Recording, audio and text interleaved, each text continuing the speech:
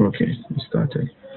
Okay, so as I said, today we are going to recap what we did last week, um, talk about the working environment and the basic tools that we handled, the first four. Then we'll add on the text tool. And if you have any questions from your practice during the week, you can ask while we are going through. Yeah. And if you also tried your hands on the exercise, you can show me what you've done. Yeah. Okay. So last week, as I said, when you start the tool or the software, you get the welcome screen, which sort of launches you into the working environment. So from here, you can see most of the tools that you would be using, except that most of them are disabled. You can't really do anything with them. And on the left-hand side, we have the toolbox. But as you can see, they're all disabled, and you can actually add more tools to the toolbox using the plus button here. Yeah. And I remember mentioning also that you start with a new document. So you click that, and it allows you to specify document dimensions, the document size, and all of that. You can also create from a template, but we did not go through that. That is, would handle that later on at an advanced stage. And also it shows the recent or the few most recent documents that have been opened or have been worked on within the tool. And the last option here is the normal file opening dialog box that you get. So we're going to start off with a new document, and as I did last week, or as with last week,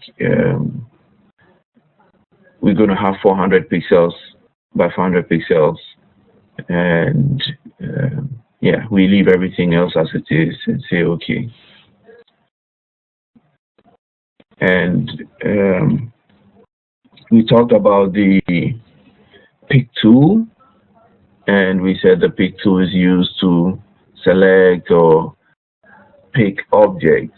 If you want to move an object from one place to the other, use the pick tool. If you want to just do something to an object, or some of the things you want to do to an object, for example, align it or transform it, that's move it about or rotate it or stretch it, increase the size, decrease the size, you often start off with the pick tool. You click it, and then you apply whatever you want to apply to it. Then we talked about the shape tools. We talked about the rectangle tool, and we said there are several ways of using this tool. One of the easiest ways is simply to double click it, and it creates a rectangle that is equal to the size of your workspace or the worksheet. Then from here you can resize it by grabbing the corners or the nodes in the corners, and that would help us resize the rectangle. When we press the Control key while resizing, we get we press the Shift key while resizing, we get an object that is centered to its current location, so it sort of expands or reduces around the center of the current object. Now, another way of creating a rectangle is simply to click and drag. And when we do this, we can create either a rectangle or a square if we want. But to ensure we have a perfect square, it's advisable to press the Control key while we click and drag. Then we have a perfect square. And again, if we want our square to be centered from the starting point of the cursor, then we press Shift and we click and drag. And when we combine, so that will give us a rectangle or a square around the starting point. When we combine Shift with Control, it gives us a square that is centered around the starting point. And you can see at this point, the mouse cursor could actually move up or down, left or right, and it wouldn't affect much. It will only change the size, but it doesn't affect the location. So that's the square tool. And we mentioned also that after having drawn the square, we could, for example, change the corners. We could make the corners rounded, or we could sort of chop off part of the corner, if that's the right word to use. And those options.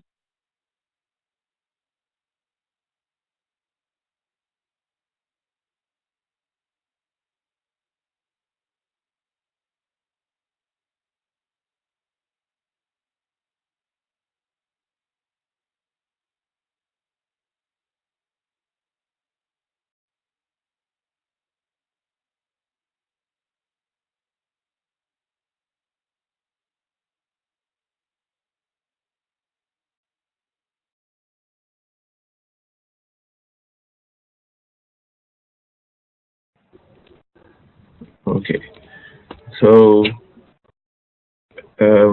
yeah, and we said we could change the corners, how the corners look, by making them round or squared, or I don't know what to call that, but yeah, they say what's scalloped. Yeah, scalloped corner. And we do that simply by clicking the type of corner we want and typing in the extent to which we want that corner to be affected. And here, because the padlock icon, which allows us to edit all the corners together by just specifying the dimensions for one. Yeah, so once it's selected, I just specify for one and press enter, and it scallops the corners for me.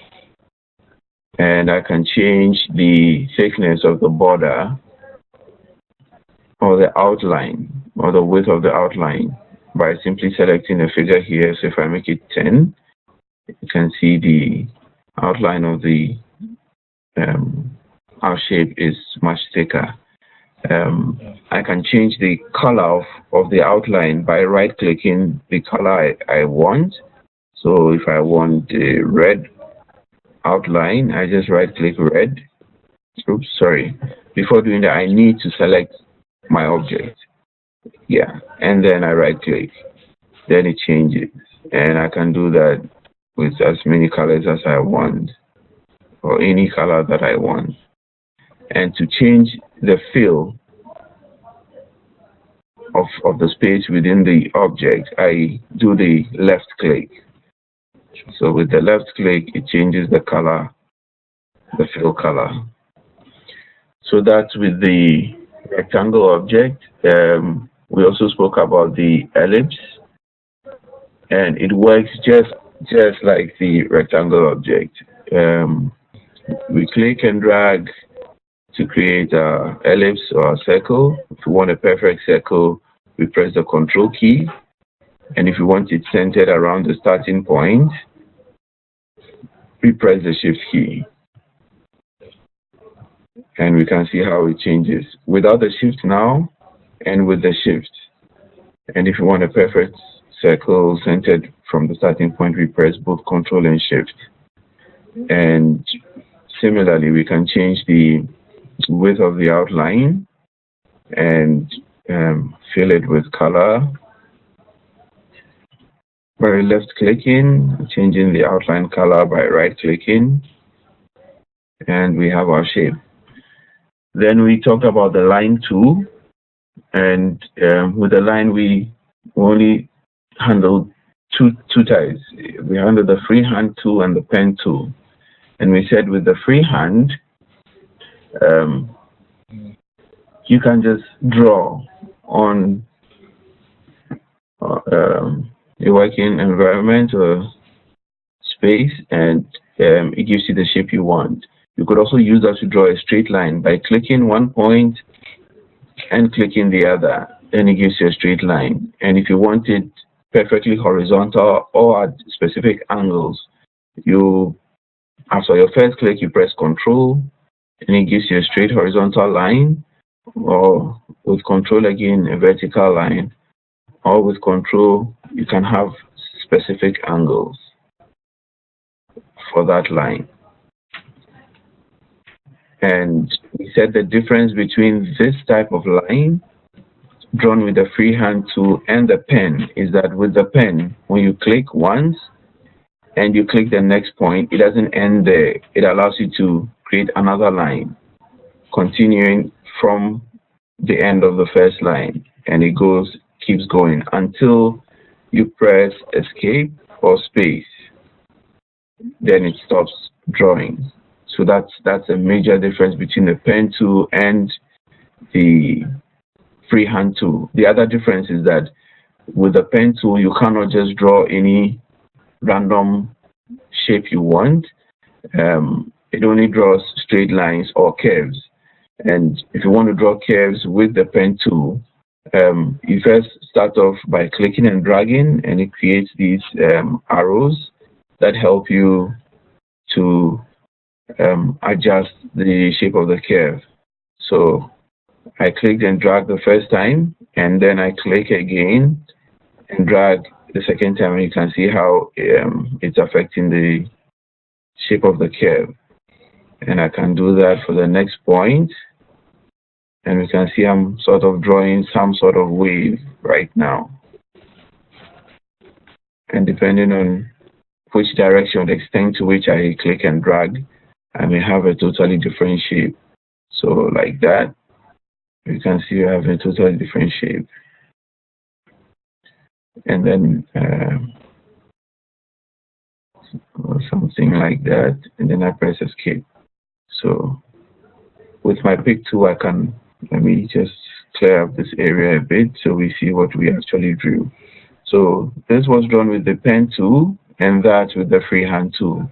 And you can see with the pen tool, it sort of gives you a smoother design as compared to the freehand. And similarly, we can change the color of the outline just by right clicking. But because these are just lines and not shades, we cannot fill them because they are lines. So if I left click, nothing happens. But if I right click, it changes the color of the outline. And similarly, I can change the width of the outline, so we can have a thicker line, and I can even change the type of line or the style. I can make it dotted. And for the dotted, we have different types. You can have more dots or fewer dots, dashes, and all of that. So if, let's say, you drawing a map, a direction map for someone, you could use this to do that. Then we talked about the fill tool, and the fill tool, we can find that in the toolbox. We have the interactive fill tool, and we have the eyedropper, color eyedropper. What the color eyedropper does, is that it allows you to pick color from one object to the other to ensure that they all have the same color, same tone, same everything. So I could pick this green, and you can see it's giving me the details of the green. It says grass green and the parameters there. So I click that, and automatically it switches to the fill tool, and the fill tool looks like a paint bucket. Now, if it's going to fill the content of an object or a shape, you can see a small square at the tip of the bucket, the fill bucket. If it's going to change the color of the outline, you see the square there becomes hollow.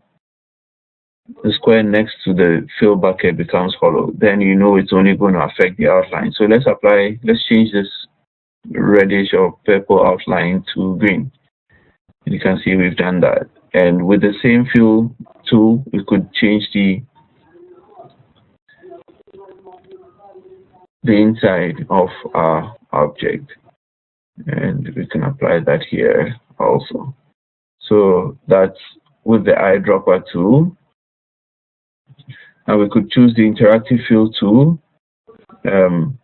And before you do that, I would always advise you select the object you want to work on first, and then you select the interactive fill tool. And with the interactive fill tool, it allows you to fill your object with much more or many more options. Now, we have the uniform fill, which is what we just did actually. So it fills the contents of the object or the shape with a uniform color. Now we could have a fountain fill where you have a gradient from one color to the other. Or we could have a pattern fill and bitmap fill. And a bitmap fill simply is filling the contents of the shape with an image or a picture. And then you can have a two-pattern color fill. So let's try the interactive fill to fill. We select that, and you can see it's giving us from black to white. Now we could edit, or we can edit which colors fill, and even which direction that fill, in which the fill is done, by using the fill picker. Oops, the fill picker drop down. Yeah, and you can see there's so many possibilities over here, and these are preset fill styles. There are so many of them. Now, if none of so let's select one. Let's just try one out. Let's choose a beautiful one. Okay, let's choose that one, the green one. Oops, what just happened? Let's do that again. Okay, let's choose that. Yep, that's the one we want. Why?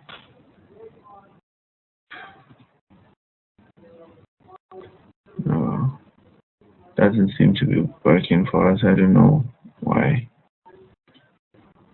but let's just select one of those. No, it's not working for us here. I don't know why. I'll check on that. But let's go on. So rather than just select the preset fields, we could actually edit the fill using the edit fill button. And that opens a dialog box for us. Let me move my object. Oops, I can't. Okay, so I'll just move it to the side so we can see. And you can see the details here, starting from black here all the way to white. And we could change the colors. So I just click that box, and then I select from the drop down and select which color I want to start from. So let's say I want to start from that, and you can see immediately it's changed. And I want it to end with a, let's say, a blue, which is not a really pleasant color color mix to have, but that's what we chose, and we have that. Now you can fill it with more colors, and if I want to add another color, I simply double click. There, I can double click here too, and I can change a color at this position. So I'll make it, let's say, green, and then I make this one, let's say, yellow. So that's a fill tool, and I can say okay, and that ends it. But there are more options there. For example, we can change the blending from straight to radial or circular or elliptical. And once I click that, you can see how it's changed, although with the same combination of colors, but instead of starting from one side or one end of the box to the other, it's it does it radially. And similarly, I could choose a sort of rectangular or square pattern for that fill. And I could choose a conical pattern, so it looks more like a cone. So it starts from red here and then goes around and ends with blue. So that's the interactive fill tool, and it can be very useful for various purposes. So now we come to the last tool, which is the text tool. And let me clear this work area. I'll delete a few of the items we have. And remember, I said we can see all the objects in a working environment from the object manager. And we can see, when we select this rectangle, it corresponds to that. You can see it has the nodes around it showing that it's been selected. And that line is that. So I could delete the object from here just by selecting and then clicking the delete button down here. Or I could just select and press delete on my keyboard. That also works. Or select.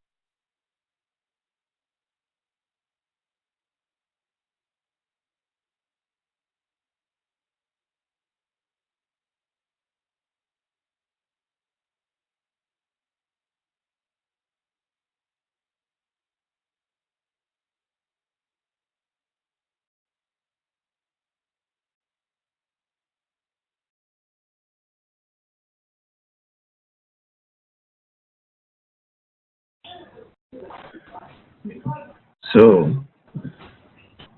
to use the text tool, we simply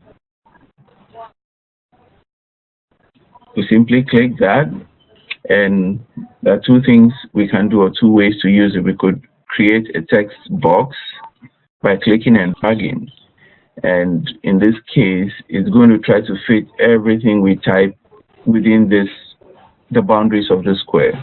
So let's say I'm typing something, but you can see that we've run out of space, and suddenly you can realize that the node down here has a little arrow in it, or a little triangle in it, and that tells us that there's more text down there. So I can click and drag and it shows that text. So that's one way of using the text tool. Another way is simply to click and start typing, and in this case it keeps going and going and going. It could go off your sheet, and the only way to come back to the starting point is to press the enter key, and then you continue down here. So whichever you are more comfortable with, you are free to use that. Now the thing with this type, the click and type approach, is okay. Salim, can you mute the? Yeah. Thank you.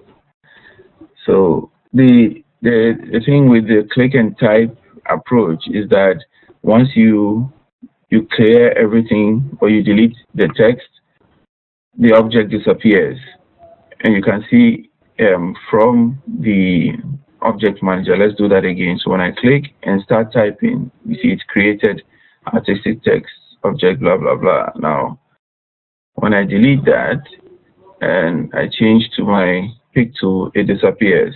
However, with the text box or the paragraph text, when I delete the content and go back, it still keeps the object there for me, so I can type other things in there.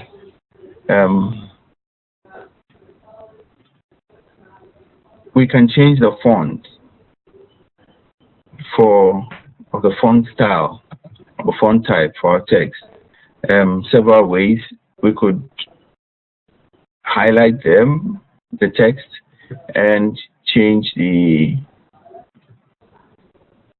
font type, or we could, after typing everything, we could simply select the paragraph text and change the font style, and that works. And even the font size, we could do that, make it really tiny, and that works. And just as with most text editing tools like Microsoft Word and so on, you could make it bold, underline, italic, or change the text alignment.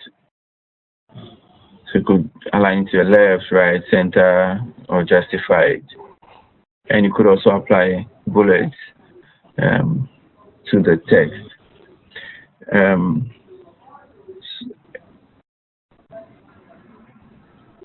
Now, one thing with the paragraph text is if you drag the nodes, it doesn't affect the size of the text. It simply increases the size of the box so you could fit in more text. However, with the artistic text, which you get by just clicking and typing, if after typing you grab the nodes and expand it, you would increase the size, or it changes the size of the text. So that's another thing to bear in mind, depending on what you want to do. But just as with the paragraph text, you can just click, select it, and change the font. If you want, and you could look for impact. Okay, so I have that. And in order to change the color of the text, there are two things. Now, text are like shapes. They have an outline and a fill. So to change the color of the fill, you simply left click, as we did with other objects, and that changes the fill. So I have it with light yellow now, or banana yellow. Now to change the outline, by default, text do not come with an outline. The outline is sort of transparent. But if we want to add an outline, we right click the color we want. So I want deep navy blue to be the outline of this text. So I right click that, and you can see it's giving it an outline. So that's one difference between, yeah. So they behave just like other shapes. Now I could take off the outline by clicking that to remove the color. And similarly, I could give it an outline and remove the fill color so it's transparent by left clicking that. It looks white here because the background is white, but when I move it over another object, you can see it takes the color, the fill of that. So the fill itself is transparent. It's just the outlines that we have. And this is also very useful in designing, like designing stuff. Yeah. So are there any questions? Do you have any questions? None so far.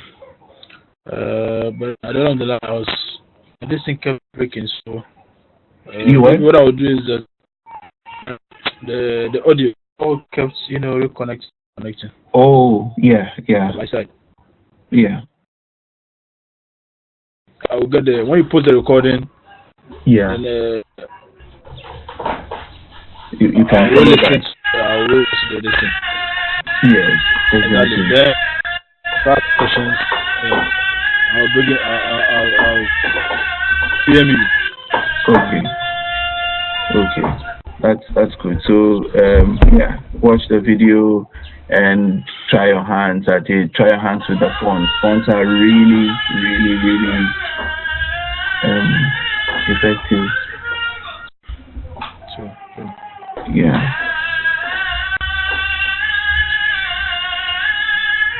So are there any other questions? No, it's not me. I don't know who's. Oh, okay. Whose device? Oh, Sharif. Oh, yeah, Siraj. Sharif is. Siraj, one of.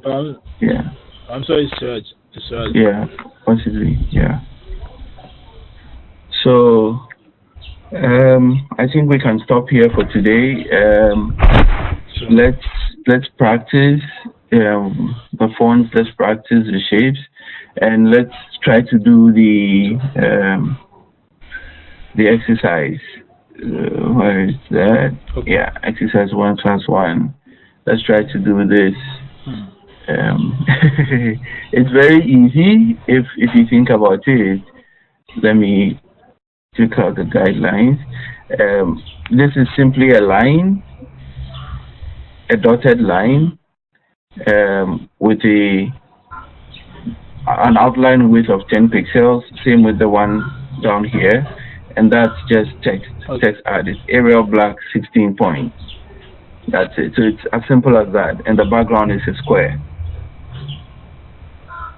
So as I showed you how to use the eyedropper tool, you could use that to pick the exact shade of green from what I posted and use that. I think there's one last thing I didn't show you, which is how to align it to the center, but don't worry about that now. We'll handle that in subsequent classes. So at least if you're able to get these elements, the 4 or 3 elements, I think you'll be good. The square, the lines, dotted lines, and the text. So yeah. So feel free to share your works on the group chat, and we'll see. Yeah, and you're also free to use other colors that you think would make it look more beautiful. Okay, so barring any other questions, I think we'll stop now and continue next week. Okay, thank you for your time, and inshallah, next week it is. Assalamu alaikum wa rahmatullahi wa barakatuh.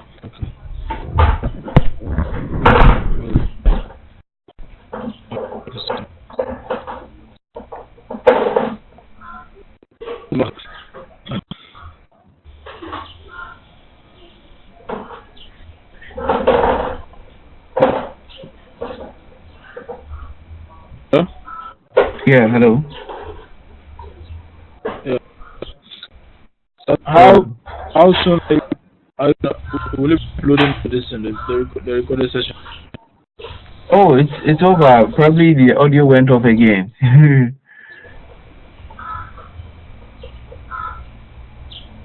Hello, can you hear me? Hello? Hello?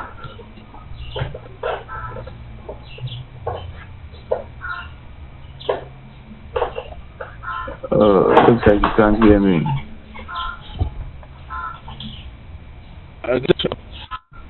Hello, can you hear me?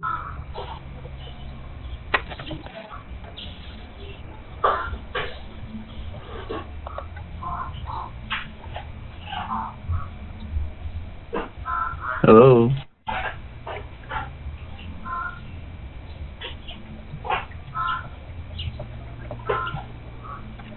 Hello? Hello? Yeah, can you hear me?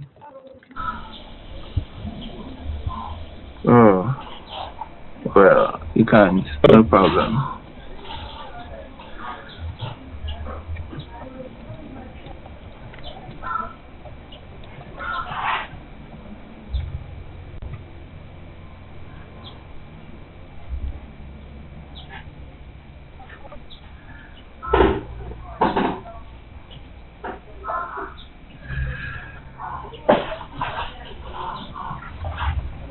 Hello? Yeah. Okay. What I was trying to ask you on the chat. On the chat, yeah, how soon it will be online? Okay. It should be up in about 2 to 3 hours. Sure. Usually, the Join Me guys will send me a link when the video is ready, and usually it will take probably 2 to 3 hours. So immediately they do that, I get the email, I'll upload it. Inshallah. Okay, inshallah. Inshallah. Thank you very much, yeah. Okay, you're welcome. Yeah. when I'm able to go through that one, whatever questions I'll drop it on the group chat. On the group chat, inshallah. Inshallah. Yeah. Okay. Thank you Thanks very very much. much. Assalamu alaikum. Thank you too.